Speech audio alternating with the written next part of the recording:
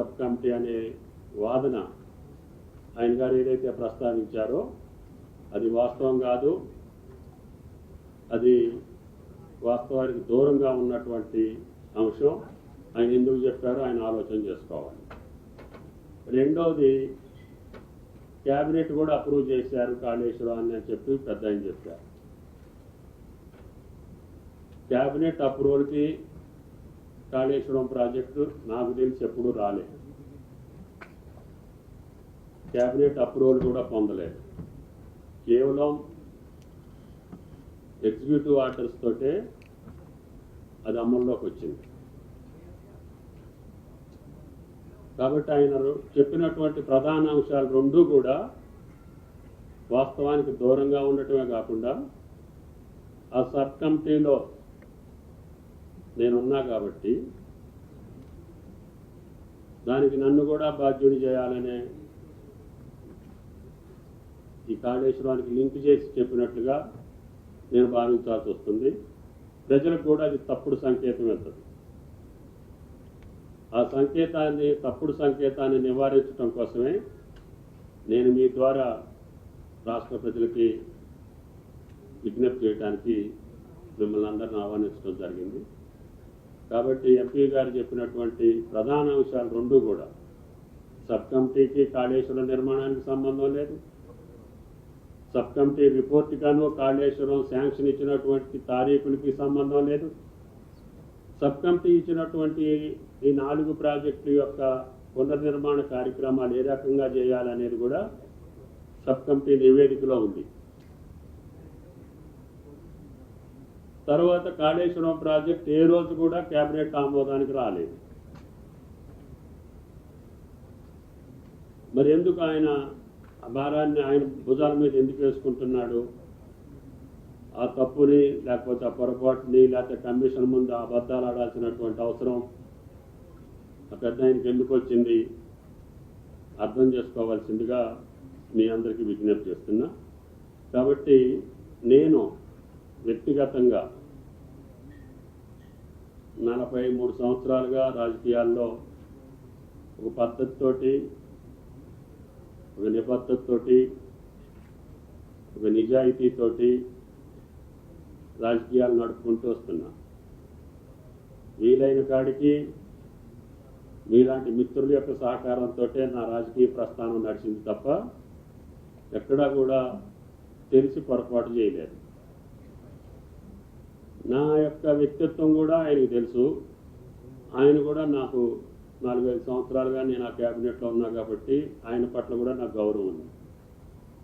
కానీ ఈ ప్రకటన చూసిన తర్వాత, కమిషన్కి ఆయన ఇచ్చినటువంటి సమాచారాన్ని చూసిన తర్వాత నాకు కొంత బాధ, కొంత అనుమానం, కొంత అవగాహన చేసుకోలేనటువంటి పరిస్థితి నాకు దాపురించింది. కాబట్టి ఎన్ని అసత్యాలు చెప్పాల్సినటువంటి అవసరం,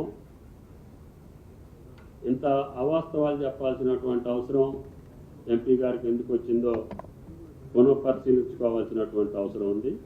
కాబట్టి నా దగ్గర ఆ కమిటీ సబ్ కమిటీ ఫార్మేషన్ చేసిన జీవో ఉంది. తర్వాత వాళ్ళు శాంక్షన్స్ ఇచ్చినటువంటి ప్రాజెక్ట్స్ యొక్క డేట్స్ ఉన్నాయి. మేము ఇచ్చినటువంటి రికమెండేషన్స్ యొక్క రిపోర్ట్ కూడా ఉంది. ఆ 4 ప్రాజెక్టుల మీద సబ్ కమిటీ ఇచ్చినటువంటి రిపోర్ట్లు కూడా మీరు పరిశీలించుకోవచ్చు. కాకపోతే నా ఉద్దేశం ఏంటంటే, నేనే వ్యక్తిగతంగా సుమోటివ్గా జరిగినటువంటి వాస్తవాల్ని క్రానలాజికల్గా కమిషన్కే ఇస్తామని విచారణలో ఉంది. కాబట్టి బహిరంగపరిచేదానికంటే ఆ సబ్ కమిటీ రిపోర్ట్ని, ఆ సబ్ కమిటీ వేసినటువంటి టర్మ్స్ ఆఫ్ రిఫరెన్స్ కూడా వీటన్నిటినీ జోడించి కమిషన్కే నా పరంగా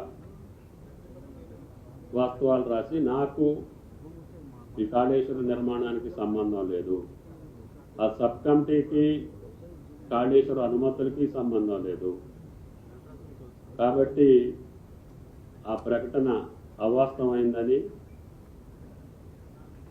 ఎంపీ గారు ఇచ్చినటువంటి వాంగ్మూలం వాస్తవం కాదని నన్ను అనవసరంగా ఆ కమిషన్ వివాదంలోకి లాగాలనేటటువంటి దురాలోచన కూడా మంచిది కాదని, ఒకవేళ ఆయనకు అటువంటి పరిస్థితి ఎందుకు వచ్చిందో ఆయన ఆలోచన చేసుకోవాలి. బయట అనేక మంది అనేక రకాలుగా చెప్పినా ఆయన వ్యక్తిత్వం తెలిసిన వ్యక్తిగా నేను అంత మాటలు చెప్పలేను. కానీ ఈ యొక్క వాంగ్మూలం మట్టుకి చాలా బాధాకరం.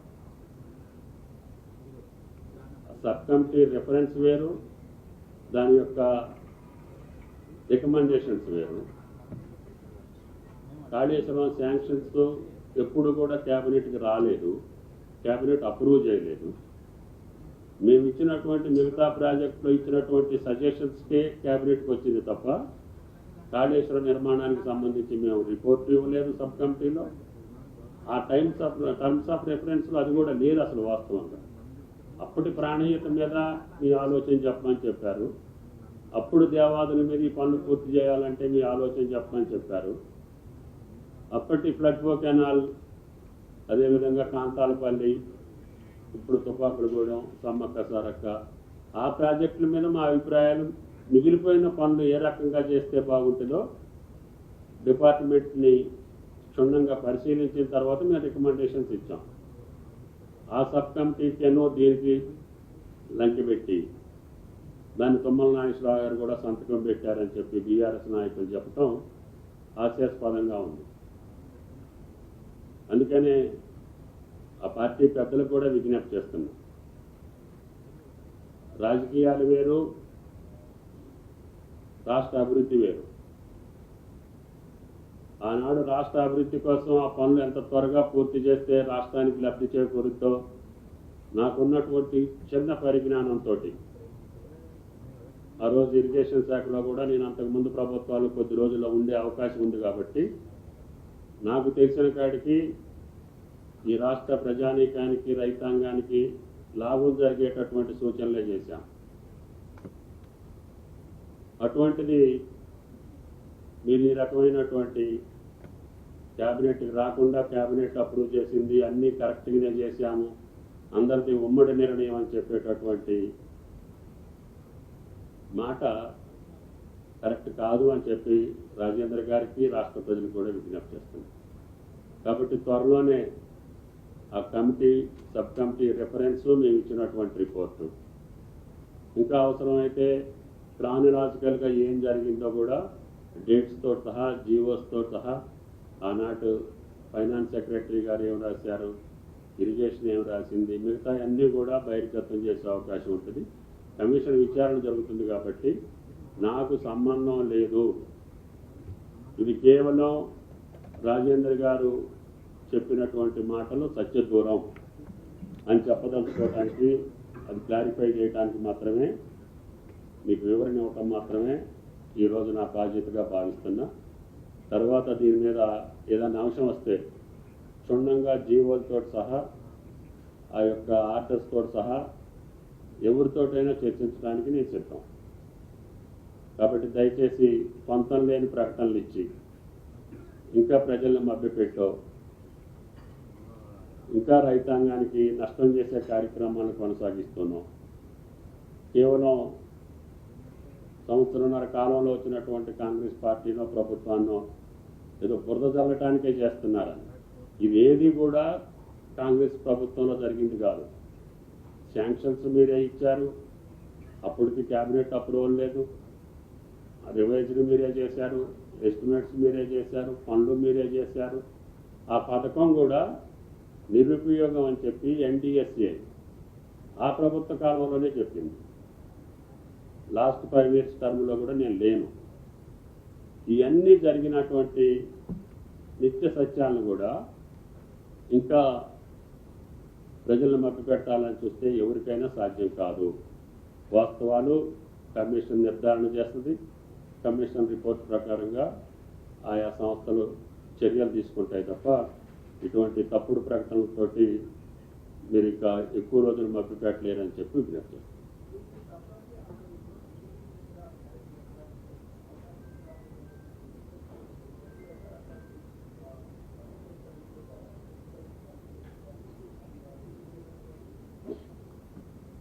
రోజుకి ఎగ్జిస్టింగ్ ప్రాజెక్టులు ఏదైతే టెండర్స్ పిలిచారో, ప్రాణహిత కావచ్చు, దేవాదులు కావచ్చు, ప్లెట్కో కెనాల్ కావచ్చు, కాంతాలపల్లి, ఆ పనులు పూర్తి చేయటానికి గ్యాప్ వచ్చింది, అర్ధంతరంగా మిగిలిపోయిన పనులు. ఆ పనులు పూర్తి చేయాలంటే ఆ కాంట్రాక్టర్లకే ఇవ్వాలా, లేదు ఎస్టిమేట్స్ బూస్ట్ చేసి ఎక్కువ చేసుకున్నారు అనుకుంటే మళ్ళీ స్విచ్ ఛాలెంజ్ ద్వారా కానీ రీటెండర్ తోట కానీ రివైజ్ చేసి అయినా సరే కొత్త టెండర్లు పిలవాలా. ఆ పనులు పూర్తి చేయడానికి మీ సబ్ కమిటీ యొక్క సూచనలు చేయమని చెప్పి మాత్రమే ఆ సబ్ కమిటీ యొక్క సారాంశం. దానికి సంబంధించి ప్యాకేజ్ వైజ్గా ఎగ్జిస్టింగ్ కాంట్రాక్టర్ అదే రేట్లకు చేస్తాను అని అంటేనేమో చేయమని చెప్పుకోండి. అతను కాదు మాకు రేట్లు ఎన్హాన్స్ అయినాయి కాబట్టి మాకు చెయ్యలేము అని అనుకుంటే ప్రజెంట్ ఎస్ఎస్ఆర్ తోటి మళ్ళీ టెండర్లు పిలవమని చెప్పాము. లేదు అబ్నార్మల్ చేంజెస్ ఉన్నాయి, లేకపోతే ఆ కార్యక్రమాన్ని వర్క్ని డివైడ్ చేసేదానికి అవకాశం లేదు అనుకుంటే దాన్ని ఏం చేయాలి? ఇటువంటివన్నీ కూడా టెక్నికల్గా పర్సూ చేసి మాత్రమే ప్రజలకు నష్టం లేకుండా, రాష్ట్రానికి నష్టం లేకుండా త్వరగా పూర్తి చేయమని చెప్పే రికమెండేషన్స్ ఉన్నాయి. ఆ రికమెండేషన్స్ను కూడా నేను రేపు కమిషన్కి పంపిస్తాను.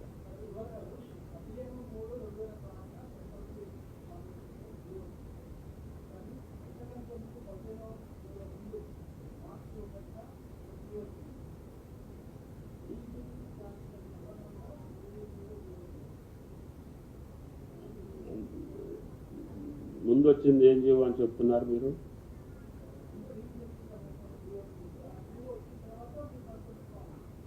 లేదు, ముందు మేడిగడ్డ శాంక్షన్ జీవో వచ్చింది, తర్వాత సబ్ కమిటీ రీఇంజనీరింగ్కి సంబంధించినటువంటి జీవో 15 రోజుల తర్వాత వచ్చింది. అది మీరు అర్థం చేసుకోవాలి, మీరు విశ్లేషించాలి. అంటే ఈ సబ్ కమిటీకను ఆ శాంక్షన్కి సంబంధం లేదని, రిమైనింగ్ ప్రాజెక్టులు, రిమైనింగ్ వర్క్స్ యొక్క పునర్నిర్మాణం ఏ రకంగా జరగాలనేదే సబ్ కమిటీ యొక్క రెఫరెన్స్. దానికి సంబంధించే మేము సజెషన్స్ ఇచ్చాం.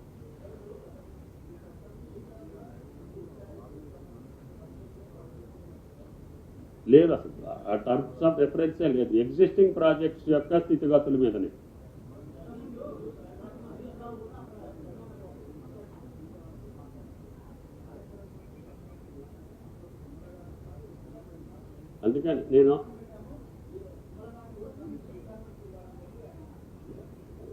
అందుకని ఆయన గారు ఇంకా అసత్యాలు మాట్లాడటానికి ప్రయత్నం చేస్తే ఇంకా అబద్ధాలు హరీష్ అవుతుంది.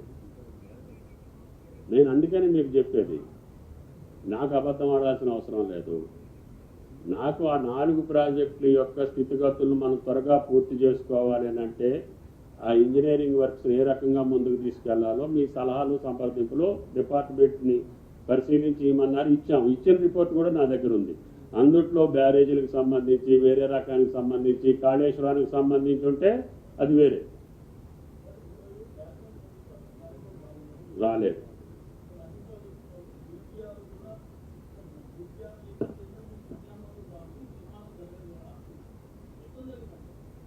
అందుకనే క్యాబినెట్కి వచ్చినట్టుగా ఏదన్నా ప్రూఫ్ ఉంటే గురువు గారు తీయమని చెప్పండి.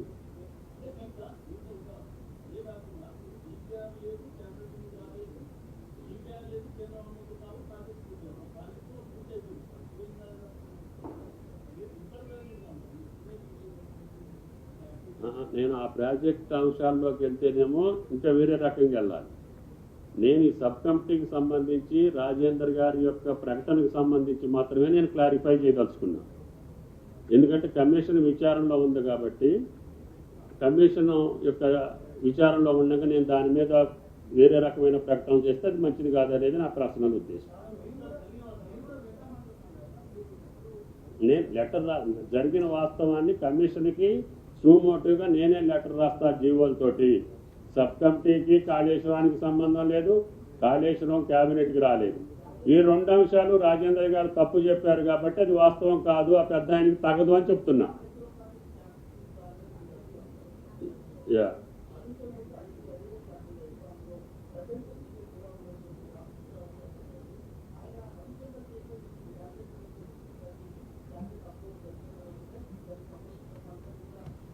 ఆయన గారు చెప్పింది నాకు సంబంధం లేదు. క్యాబినెట్కి వచ్చినట్టుగా ఆయన క్యాబినెట్ అప్రూవల్ ఇవ్వమనండి, లేకపోతే ఆయన రాసింది కూడా ఆ ఫైల్లో ఉంటుంది. కాబట్టి నేను కాళేశ్వరం ప్రాజెక్టు యొక్క వ్యవహారంలోకి నేను వెళ్ళదలుచుకోలేదు.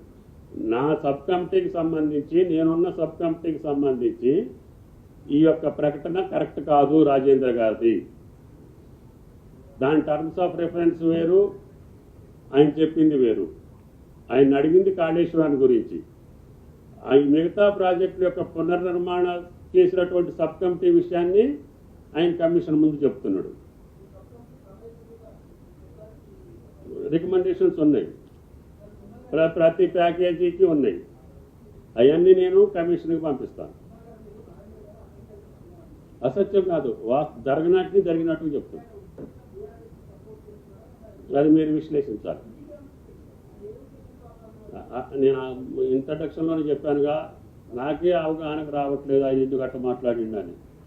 అంత పరిస్థితి ఏమొచ్చింది అనేది కాదు. మీకేమనిపిస్తుంది? అరే నాకు అవగాహన కాలేదని చెప్పాను, నేను అమాయకుడిని కాబట్టి. మీకు దాని బ్యాక్గ్రౌండ్ మీకేమనిపిస్తుంది?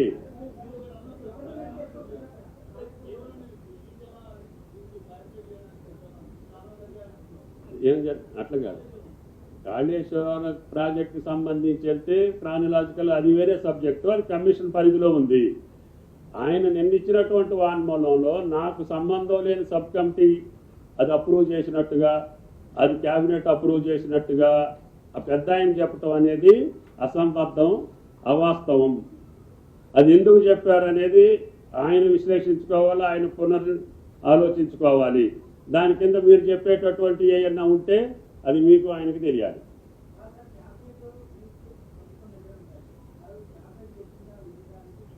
అది వచ్చింది చూపించమంటున్నా కదా, నేను చూపించగలుగుతా. డైరెక్ట్గా ఎగ్జిక్యూటివ్ ఆర్డర్ తోటి అది ఎగ్జిక్యూట్ అయ్యింది. ఓన్లీ రివైజ్డ్ ఎస్టిమేట్స్ మాత్రం క్యాబినెట్కి వచ్చినాయి 3 సంవత్సరాల తర్వాత. చేసేది ప్రెస్ మీట్లో చెయ్యం, బహిరంగంగా చెయ్యం. మాకు కూడా మీకు మధ్య కొంత నియమావళి ఉంటుంది కదా. ఇదే లేదు, రాలేదు. ఉంది, మా రికమెండేషన్స్ ఉన్నాయి, రేపు కమిషన్కి పంపిస్తా. ఆయన ఇంటెన్షన్ నన్ను అడగలేదు. ఆయన అంత కాడికి వెళ్ళి ఎందుకు చెప్పాడు అనేదే ఇప్పుడు అసందిగ్ధం కదా. అందుకనే అంత గౌరవప్రదంగా ఉండే వ్యక్తి కూడా ఆ రకంగా ఎందుకు చెప్పాడు అనేది మీకు నాకు అర్థం కాని సమస్య. మీరు కొంతమందికి తెలిసి ఉంటే నాకు తర్వాత చెప్పండి. ప్రాణహిత ప్యాకేజీలకు సంబంధించి ఉంది. ఆ ప్రాజెక్టులలో ప్రాణహితం ఉంది, దేవాదుల ఉంది, కాంతాలపల్లి ఉంది, ఫ్లడ్కో కెనాల్ ఉంది. ఆ 4 మీద ప్యాకేజీల వారిగా ఇది ఎట్లా చేస్తే మంచిది, ఇది ఎట్లా చేస్తే మంచిది, ఇది ఎట్లా చేస్తే మంచిది అని మాత్రమే మేము ఇచ్చాం. ఇంకా 2 ప్రభుత్వాలు ఉన్నా.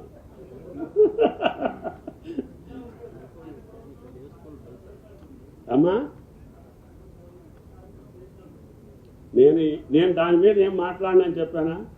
దాని మీద కమిషన్ రిపోర్ట్ తర్వాత ఏం చెప్పాలో, లేకపోతే ఆ సందర్భం వచ్చినప్పుడు ఏం చెప్పాలి. ఇది కేవలం రాజేంద్ర గారు ఇచ్చినటువంటి నా పేరు ప్రస్తావించి దీనికి సంబంధం లేనటువంటి సబ్ కమిటీని తీసుకొచ్చి దీనికి అంటగట్టాడు. కాబట్టి క్యాబినెట్కి రాని సబ్జెక్టు కూడా క్యాబినెట్లో అప్రూవ్ అయిందని చెప్పి పెద్ద అబద్ధం ఆడాడు. కాబట్టి ఆయన అంత అబద్ధం ఆడటానికి నాకు ఇప్పటికీ అర్థం కాక మీకు కూడా చెప్పలేకపోతున్నా. అంతేనా? మరి అసలు పెట్టకుండా ఎందుకు ఆడిండని.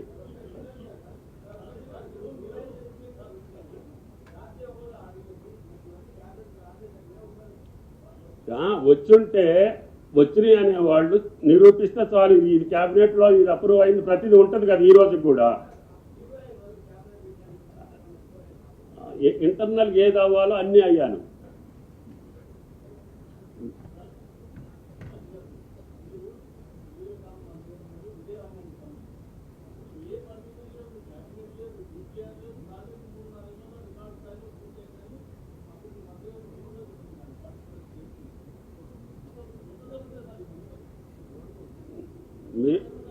కూడా సుదీర్ఘకాలం ఈ పనిలోనే ఉన్నారు కదా.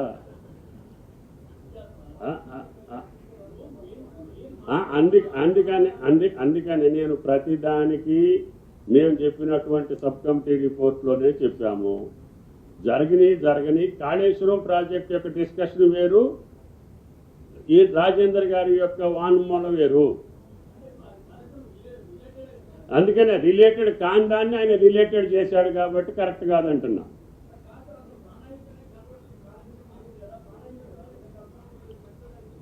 ప్రాణాయతలో ఆ రోజుకి పిలిచినటువంటి టెండర్స్, ఆ రోజుకున్నటువంటి పెండింగ్ వర్క్స్, వాటి మీద చర్చ జరిగింది. వాటిని ప్యాకేజ్ వైజ్గా మేము రిపోర్ట్ ఇచ్చాము. 4 ప్రాజెక్టులకు సంబంధించిన ప్యాకేజ్ వైజ్గా ఏం చేస్తే ఏం చేయొచ్చో అధికారులు చెప్పిన దాన్ని విశ్లేషించి ప్రజలకు నష్టం రాని రీతిలో మేము ఇచ్చినటువంటి రిపోర్ట్ మేము ముందు ఉంచుతాము ఆఫ్టర్ కమిషన్కి ఇచ్చిన తర్వాత.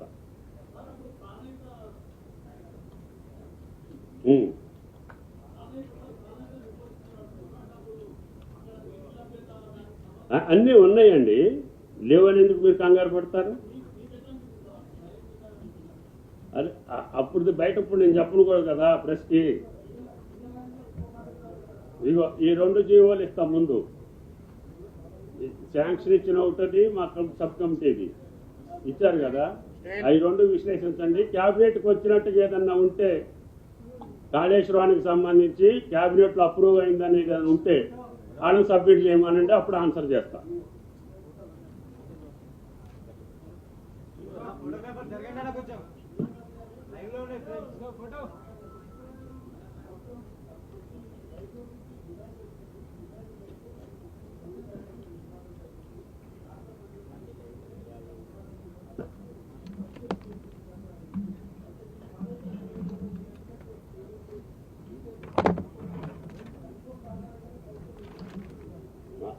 అందుట్లో లేదనే నేను చెప్పడానికి మీకు ప్రయత్నం చేస్తాను.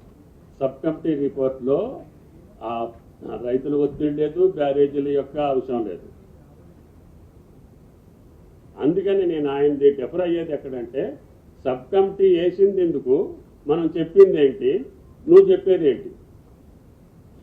క్యాబినెట్కి రాని దాన్ని క్యాబినెట్ అప్రూవ్ చేసిండు అని నువ్వు ఎందుకు చెప్తున్నావు, దానికి కారణం ఏంటి, దాని వెనకేంటి, దాని ముందు జరగబోయేది ఏంటి, ఆ పెద్ద ఆయన చెప్పినట్టు రాసుకోండి. Thank you.